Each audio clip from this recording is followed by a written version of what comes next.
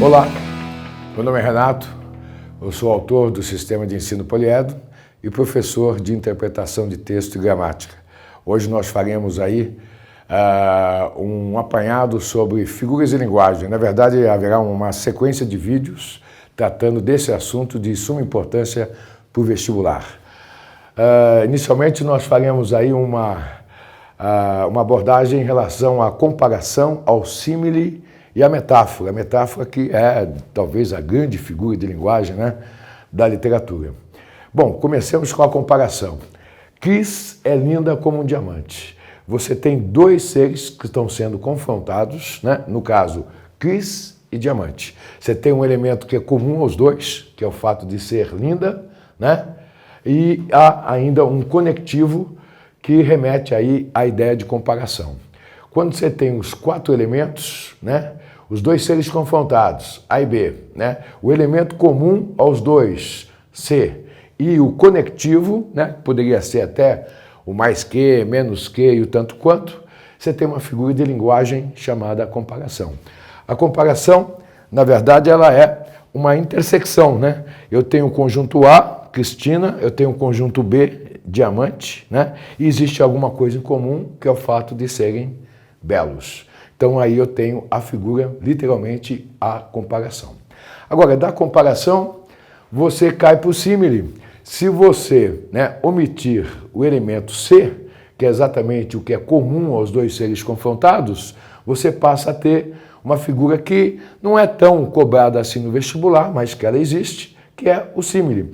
Quando você diz Cris é como um diamante, você não tem exatamente uma comparação como figura de linguagem. Você tem a comparação enquanto raciocínio lógico, mas enquanto figura, né, o correto seria você chamá-la de símile. Então, se eu tenho, né, João é forte como um leão, aí eu tenho a comparação, né? Se eu tiro forte, João é como um leão, eu tenho o símile, né? Ela é bela como uma rainha, né? Comparação. Ela é como uma rainha, né? Aí eu passo a ter o símile, correto? Agora, para o símile se tornar uma metáfora, né, basta você, né, eliminar o elemento aqui de, que seria exatamente a conjunção. Aí você vai ter um primeiro tipo de metáfora bastante popular, bastante presente também na literatura, né, e em situações, digamos assim, em que você usa a linguagem figurada, a conotação, né? Então, se eu retirar o como, eu passo a ter Cris é um diamante. Apesar de eu ter a comparação implícita, né, certo? Eu tenho aí uma metáfora, não tenho a figura comparação. Eu tenho um raciocínio lógico a comparação, mas não tenho a figura, eu tenho a metáfora. Essa estrutura aqui você observa muito no cotidiano, quando você diz, por exemplo, ela é um docinho de coco, né? Você tem esse tipo de metáfora. Quando você diz que ele é ela é um sonho, né? Você tem uma metáfora. No âmbito da alimentação, no âmbito do reino animal, você tem muito isso, ele é um leão, né? Ele é um touro, certo? Ou então, né, no que diz respeito aí à alimentação também, ela é um chuchu, né? Isso é um pepino, isso é um abacaxi, né?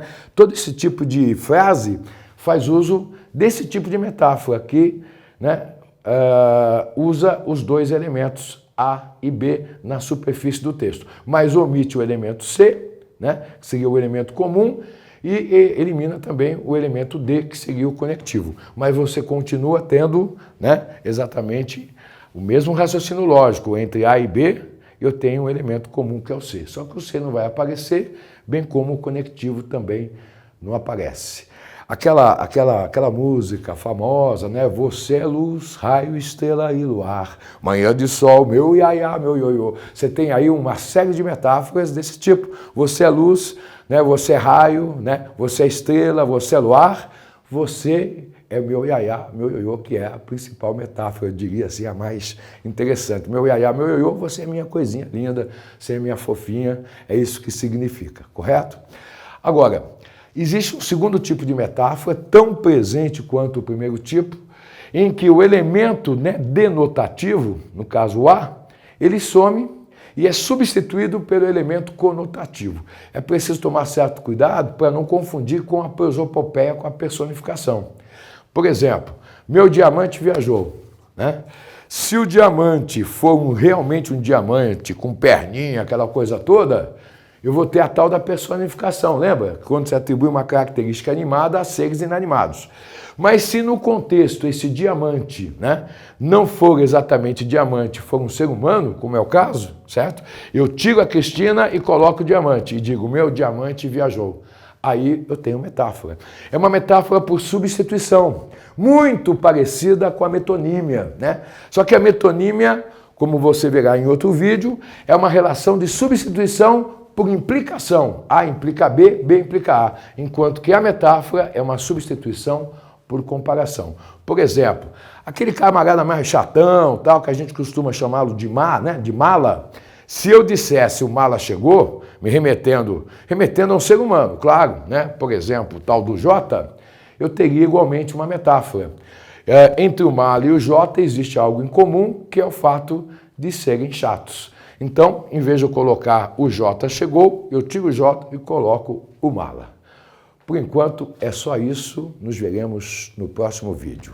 Tchau!